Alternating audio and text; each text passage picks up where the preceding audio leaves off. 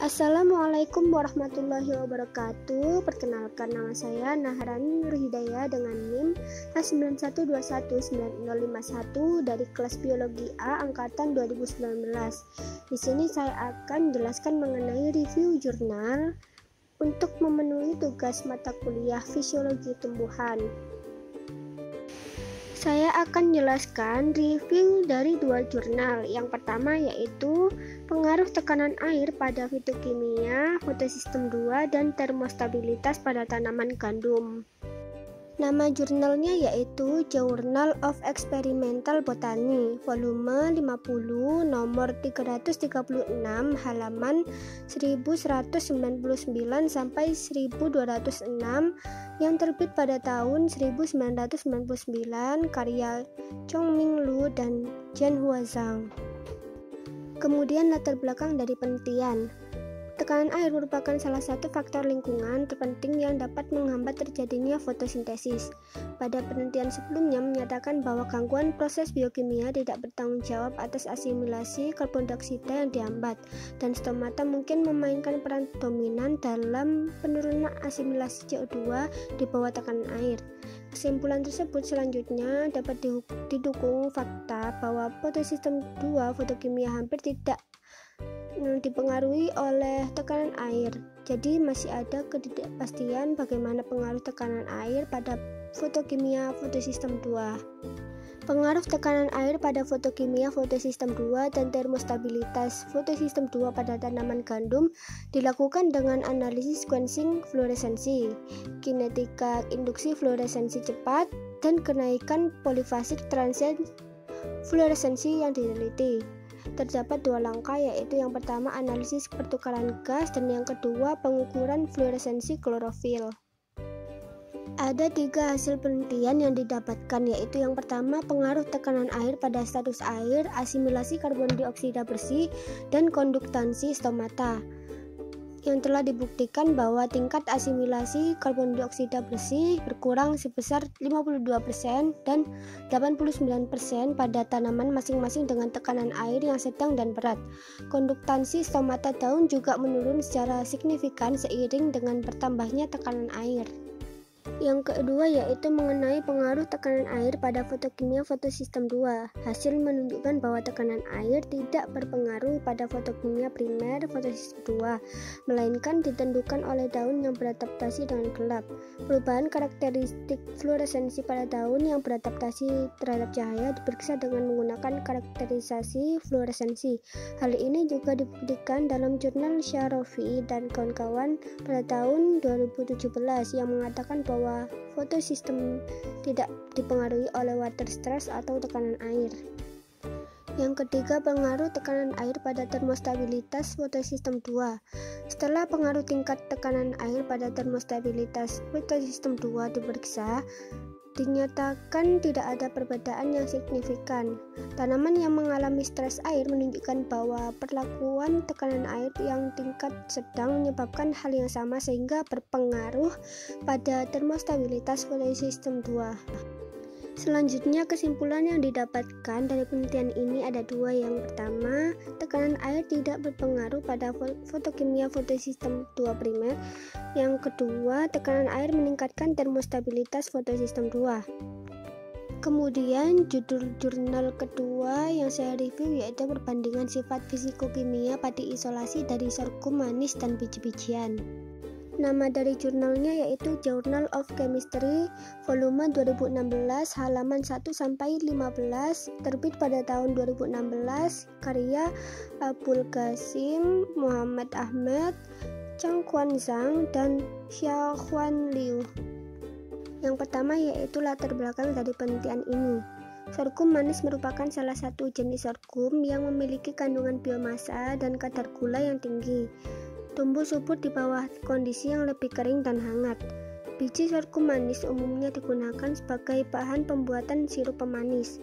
Di beberapa peneliti mengatakan bahwa padi sorghum memiliki potensi yang sangat baik untuk diaplikasikan ke dalam industri global karena proses pembuatannya berbahan dasar pati memiliki nilai ekonomis dengan biaya yang rendah dan ketersediaan sorghum yang berskala besar.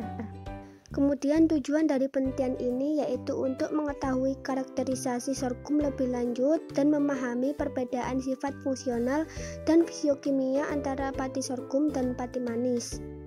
Metode penelitian yang digunakan yaitu gel permeation chromatography atau GPC, yaitu teknik yang umumnya digunakan untuk menganalisis struktur dari pati, dan pelarut yang digunakan berupa pelarut organik dimetil sulfoksida untuk melarutkan pati.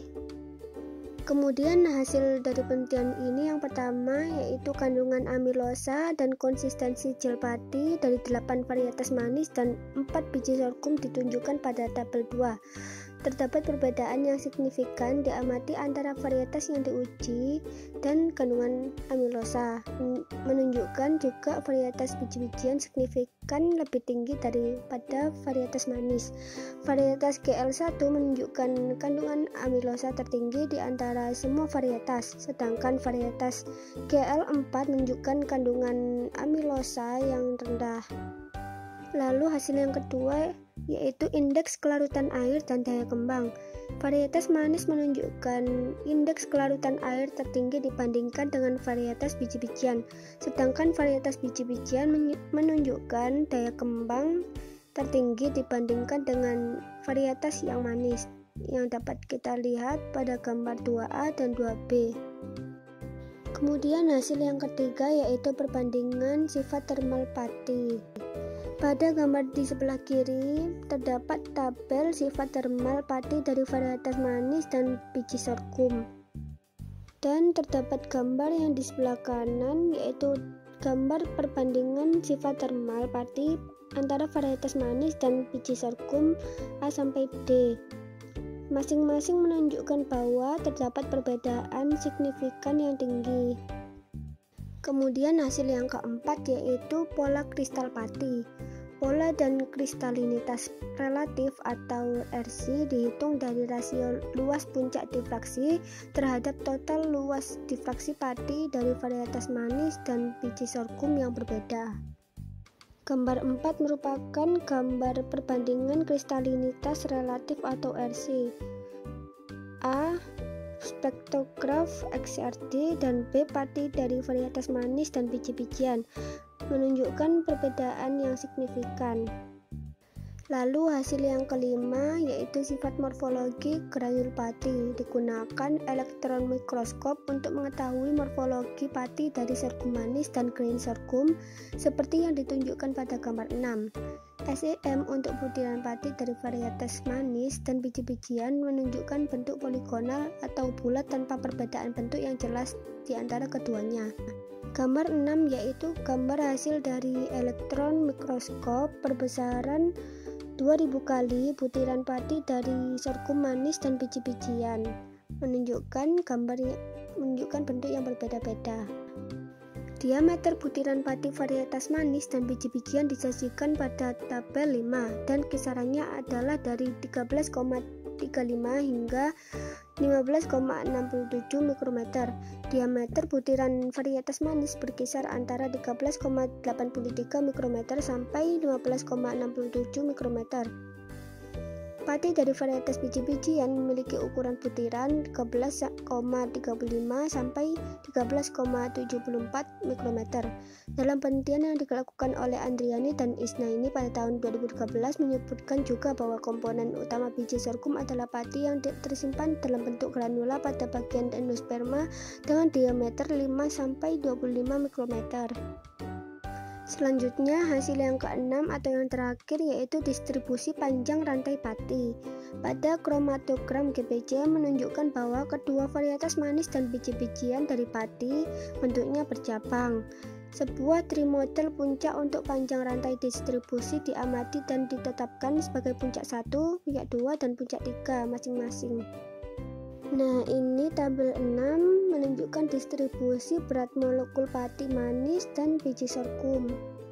Sedangkan pada gambar 9 menunjukkan perbandingan luas puncak. Pada gambar A yaitu luas puncak 1 B. Luas puncak 2, dan C. Derajat percabangan, yaitu antara puncak 1 atau puncak 2. Dari profil GBC antara pati varietas manis dan bulir menunjukkan bahwa terlihat perbedaan yang signifikan. Kemudian dari keenam hasil penelitian dapat disimpulkan bahwa varietas sorghum manis menunjukkan sedikit perbedaan dari varietas padi-padian, dan beberapa di antaranya terlihat seperti biji-bijian yang menunjukkan kemungkinan untuk menggunakan padi untuk industrialisasi karena biji-bijian tidak disukai dalam makanan. Yang kedua, semua varietas biji-bijian menunjukkan kandungan amilosa yang tinggi, sedangkan beberapa varietas sorghum manis memiliki kandungan amilosa yang sangat rendah, dan yang lainnya menunjukkan kandungan amilosa yang sedang.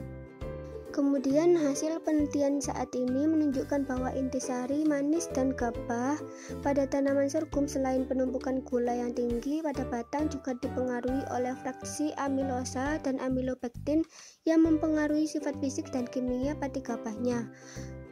Dan rentang luas yang ditujukan dalam studi saat ini untuk kandungan amilosa membuat sorghum tidak mengubah proporsi amilosa dan amilopektin. Nah, demikian penjelasan saya mengenai review dari kedua jurnal yang bertemakan fisiologi tumbuhan. Apabila banyak kekurangan, saya mohon maaf. Saya akhiri. Wassalamualaikum warahmatullahi wabarakatuh.